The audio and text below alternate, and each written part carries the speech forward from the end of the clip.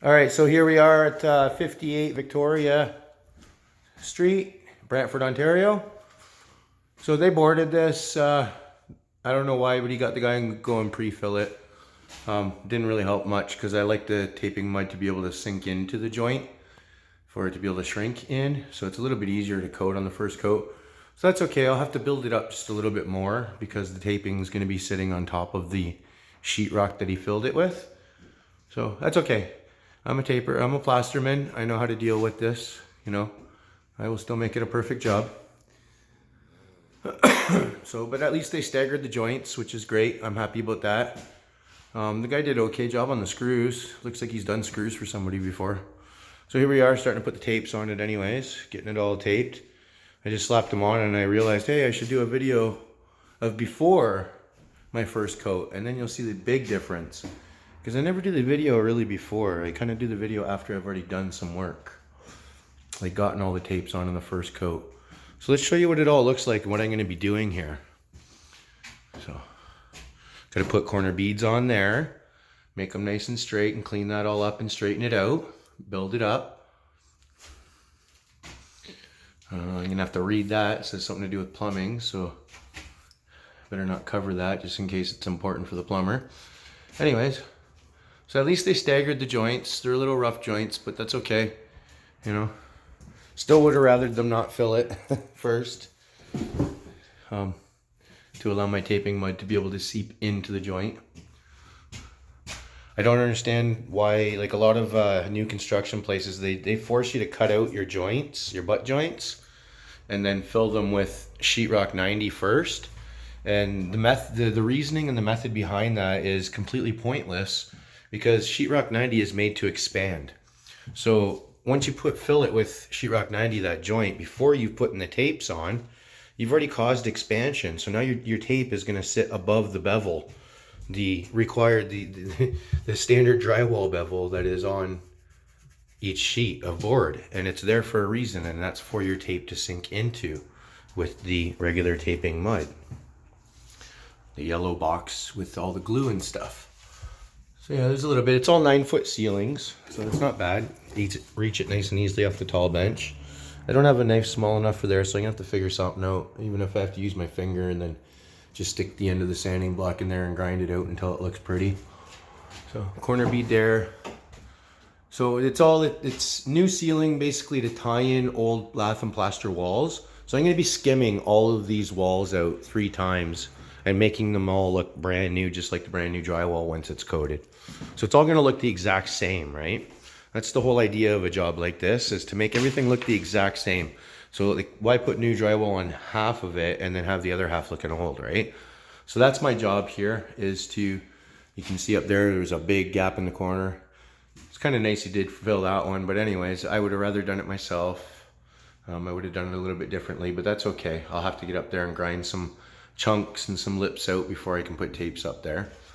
So new ceiling, same thing he did there. I really would have rathered him not do that though.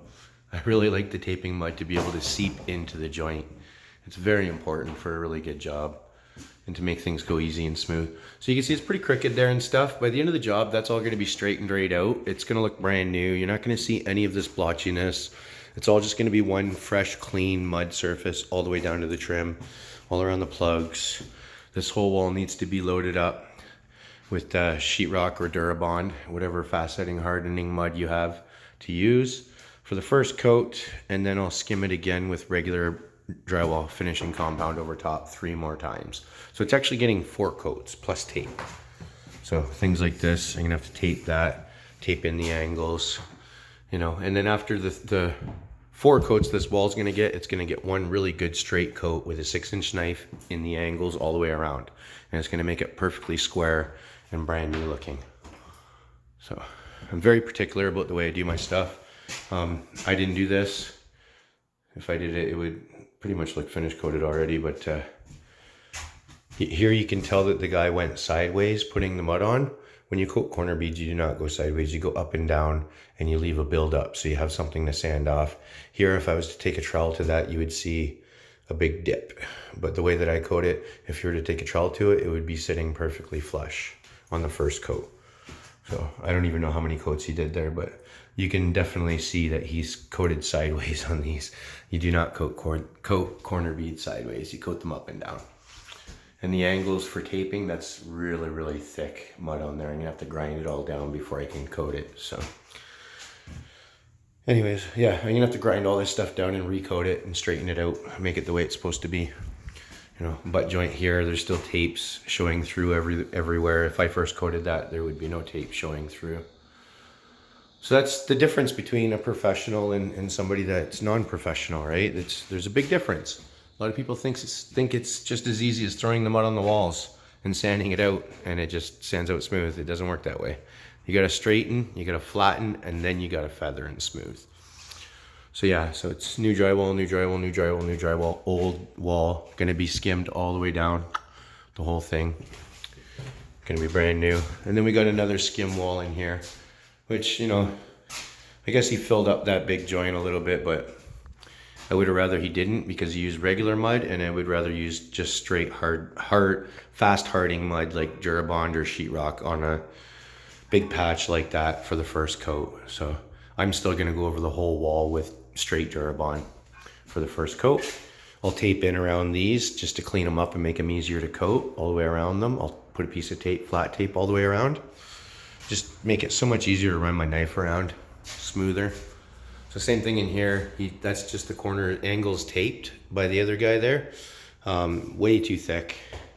And they didn't use taping mud, they used regular drywall compound, which doesn't shrink in, doesn't suck the tapes into the bevels, and leaves a very large possibility for crackage down the road.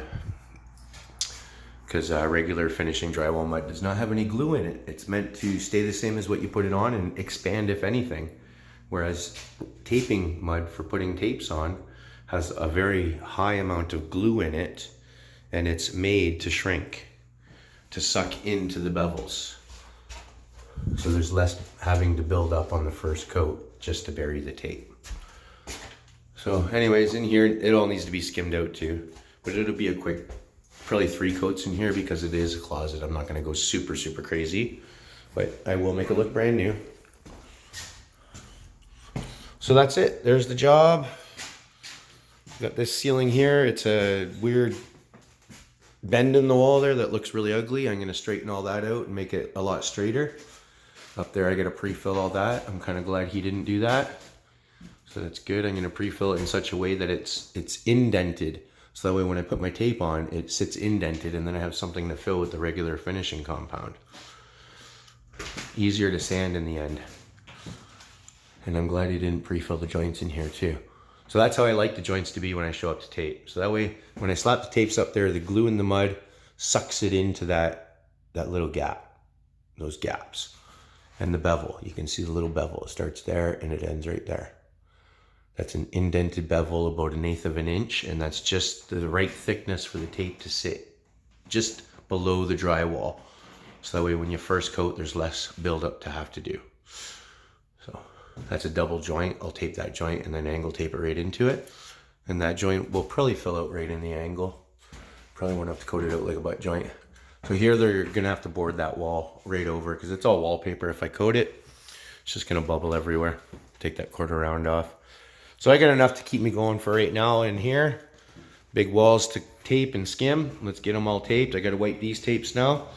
So there's the start of the job, and we'll take another video after we get it all first coated. Welcome to We Care Drywall Repair and Professional Plastering Services.